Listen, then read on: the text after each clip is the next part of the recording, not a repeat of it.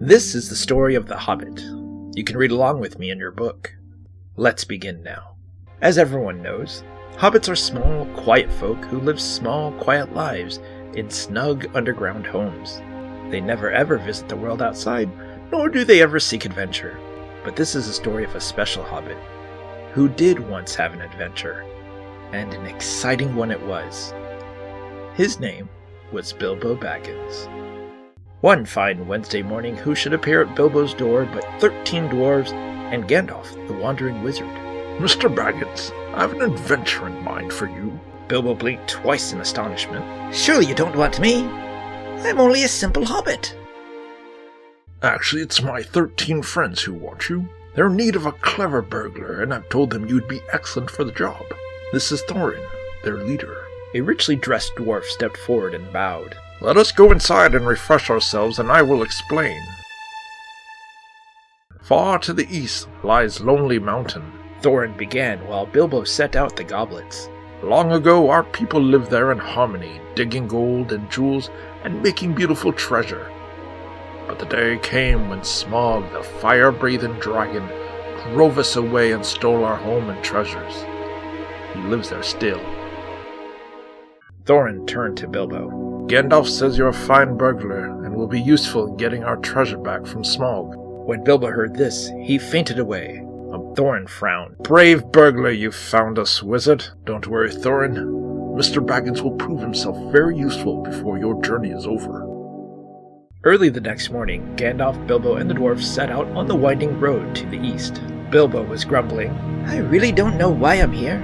I wish I were back in my hobbit hole beside my warm fire. Gandalf chuckled. Come, Bilbo. This will be a great adventure, one you'll soon not forget. After many days' travel, the adventurers began winding their way up into the mountains. Suddenly, as they struggled up a narrow path, a terrible thunderstorm burst upon them. This way! Quickly! Shouted Thorin. A dry cave! Wet and tired, they all crowded inside. Soon, a warm fire was burning, and in no time at all, everyone was fast asleep. Late that night, Bilbo was awakened by a strange scraping sound. He stared in disbelief as the stone wall slowly opened. Out of the darkness leaped huge, ugly goblins. In a twinkling, the adventurers were captured. As they stumbled down the dark tunnel, Bilbo looked desperately for Gandalf, but he was not to be found. Bilbo and the dwarves found themselves in a large cavern deep in the mountain. Before them on a throne sat the great goblin himself. Who are these miserable persons? He scowled. Thorin stepped forward. We are only traveling dwarves looking for dry shelter. We did not mean to trespass. Liar! Boomed the great goblin, and he lunged at Thorin. Just at that moment, the cavern went dark. Then dazzling white sparks exploded. The goblins fell back, blinded. It's Gandalf! Cried Bilbo. His magic has saved us! Gandalf called out to his friends. Follow me quickly! We must get out of the mountain! They all rushed through the dark, twisting tunnels, running faster and faster, and no matter how fast Bilbo ran, the others ran faster. His short hobbit legs couldn't keep up. Soon, he was lost. For hours, Bilbo wandered through the endless dark tunnels until at last he came to an underground lake. On the shore, something glittered. A gold ring! This will make a nice souvenir to show back home. If I ever get back home. Bilbo put the ring in his pocket. But this was no ordinary ring. It was a magic ring. Whoever placed it on his finger would become quite invisible. The ring belonged to a slimy creature named Gollum, who lived on a rock in the middle of the lake. Gollum liked to slip the ring on his finger, sneak up on people, and gobble them up. That's the kind of fellow Gollum was. Gollum had just spied Bilbo. He slipped into the water and swam ashore. Oh, it looks tasty, it does. He hissed as he approached the hobbit. Stay back! I am Bilbo Baggins and I am lost. Can you show me the way out of this mountain? warned Bilbo, gripping his sword. Gollum squinted his large lamp-like eyes. Perhaps we can make a deal. We'll have a riddle game. If you win, I show you the way out. If I win, I gobble you up. It wasn't much of a deal, but Bilbo agreed. They traded riddles for some time. Finally, Bilbo won. But Gollum was a poor sport and decided to eat Bilbo anyway. Gollum swam off to get his ring so he could sneak up on Bilbo, but of course he couldn't find it.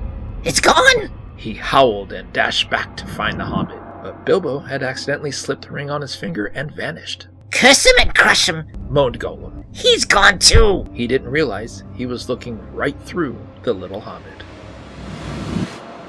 Bilbo slipped away and fled down the dark goblin tunnels, eventually finding his way out of the mountain. Pocketing his ring, he rejoined Gandalf and the dwarves. Thorin was amazed. We had to fight our way out. How did you escape? Bilbo thought of his magic ring and smiled. We burglars are quite clever. We're invisible, you might say. A few days later, Gandalf made a shocking announcement. I must leave you now. I'm sending Mr. Baggins with you. That should be enough. The burglar? Asked Thorin, thinking Bilbo was a sorry substitute for a wizard. But in the weeks that followed, the little hobbit proved himself again and again. Twice, Bilbo and his magic ring turned tragedy into triumph. Once by defeating the great spiders, and again by escaping from the Wood Elves' dungeon. Little by little, Bilbo began to enjoy adventuring. At long last, the company reached Lake Town at the base of Lonely Mountain. Men lived there, brave men like Bard the Hunter. It was said that Bard could shoot an arrow farther and straighter than anyone.